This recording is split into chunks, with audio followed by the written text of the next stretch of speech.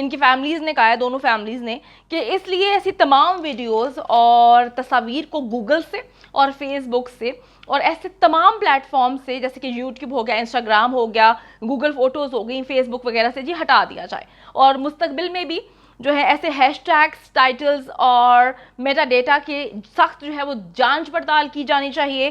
جعفر اور آدم جیز نے جو ہے اس ٹاسک کو مکمل کروانے کے لیے جو ہے وہ لاکھوں ڈالرز وہ خرچ کرنے کے لیے تیار ہیں. انہوں نے جس تھرڈ پارٹی کے ساتھ یہ ان کو بتایا ہے یا ڈیل کروا رہے ہیں یا بات کرنے کی کوشش کر رہے ہیں, انہوں نے ان کو کہہ دیا ہے جی پیسے کی کوئی کمی نہیں ہے, ہم پانی کی طرح پیسہ جو ہے وہ لٹانے کے لیے تیار ہیں. تو اب امریکہ کی یہ بڑی کمپنیز ہیں جو میں آپ کو بتاتی چلوں کہ 5 امیر ترین اور بڑی کمپنیز میں ان کا شمار ہوتا ہے, اور فی الحال وہ جعفر کو جو ہیں اور آدم جیز کو منہ نہیں لگا رہے. ٹھیک ہے, میرے سمیت بہت سارے لوگ, ہم سب جو ہیں وہ نہ صرف پاکستان میں بلکہ پوری دنیا میں اس وقت صرف ایک ہی چیز ہے کہ یہ جس طرح سے عمل کیا گیا, سخت سے سخت سزا ملنی چاہیے اس درندے کو.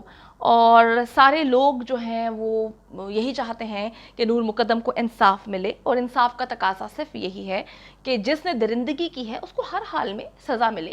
ظاہر جعفر کو جو ہے ہر حال میں پھانسی کی سزا ملنی چاہیے, اس سے زیادہ نیچے کی سزا کوئی اور میرے خیال میں وہ ناانصافی ہوگی نور مقدم کے ساتھ. اور جتنے بھی سہولت کار ہیں, جنہوں نے جتنے بھی ثبوتوں کو مٹانے کی کوشش کی ہے, پوری کوشش تھی, پوری تیاری تھی, بس وہ فرشتے نے کال کر دی اور پولیس آ گئی, اور پولیس نے جو ہے اپنا کام دکھایا جو کہ دکھانا پڑنا تھا. ہر چیز کال ریکارڈ میں موجود تھی.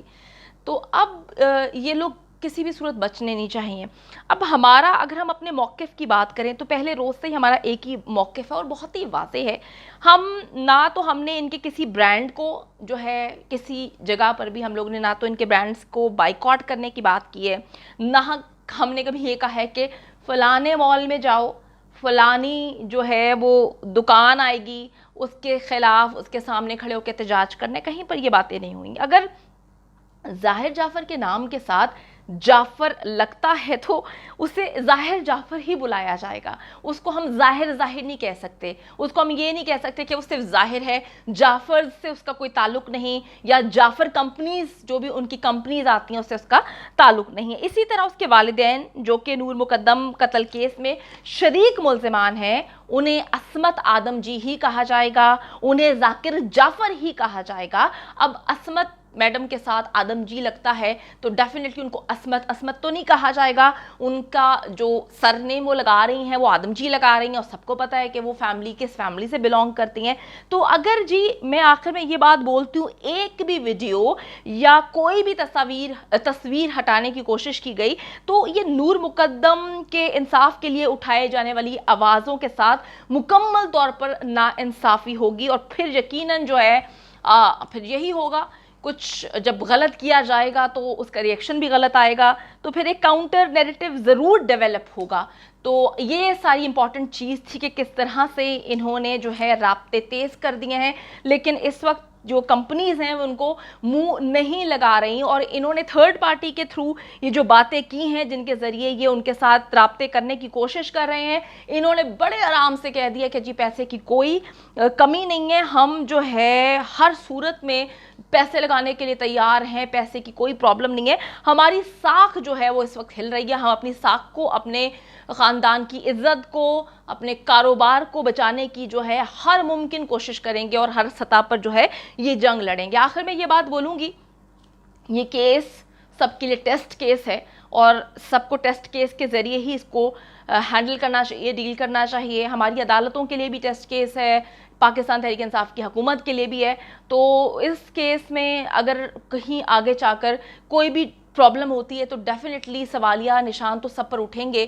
تو ہم تو یہی چاہتے ہیں, اور انشاءاللہ تعالی مجھے بہت امید ہے, اپنے سسٹم پر امید ہے, اپنی عدالتوں پہ امید ہے کہ ضرور اس درندے کو جس کی وجہ سے پوری دنیا میں ہماری بدنامی ہو رہی ہے, لوگ باہر سے یہ پوچھتے ہیں اب کہ وہ جو نور مقدم کو جس نے بہت ہی بری طرح سے تشدد کر کے مارا تھا, اس کا سر تن سے جدا کر دیا تھا, اس کا کیا ہوا. تو پوری دنیا میں اس درندے کی وجہ سے پاکستان کی بدنامی بدنامی تو ہوئی ہی ہوئی ہے. ان کے والدین کو, ان کی فیملیز کو اس چیز کی پرواہ ہے کہ ان کے کاروبار ہیں تو ان کی بدنامی ہو رہی ہے. یہ لوگ یہ کیوں نہیں سوچ رہے کہ پاکستان بھر کی بدنامی ہو رہی ہے اس درندے کی وجہ سے.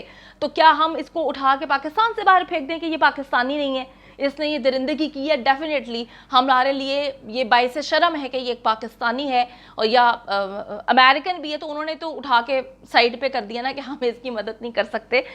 تو بات صرف اتنی ہے کہ اس کو انشاءاللہ تعالیٰ کڑی سزا ملے گی. ہم تب تک یہ جنگ لڑتے رہیں گے جب تک ہم جیت نہیں جاتے, اور ہم انشاءاللہ تعالیٰ ضرور جیتیں گے. بچے اور بچیوں سے بہت زیادہ پیار کریں, ان کو جو ہے ان کی تربیت پہ بہت دھیان دینے کی ضرورت ہے. ان کو بہت پہلے سے بتانا چاہیے کہ کیا صحیح ہے کیا غلط ہے, اور بچوں کو چاہیے کہ اب سمجھدار ہو جائیں.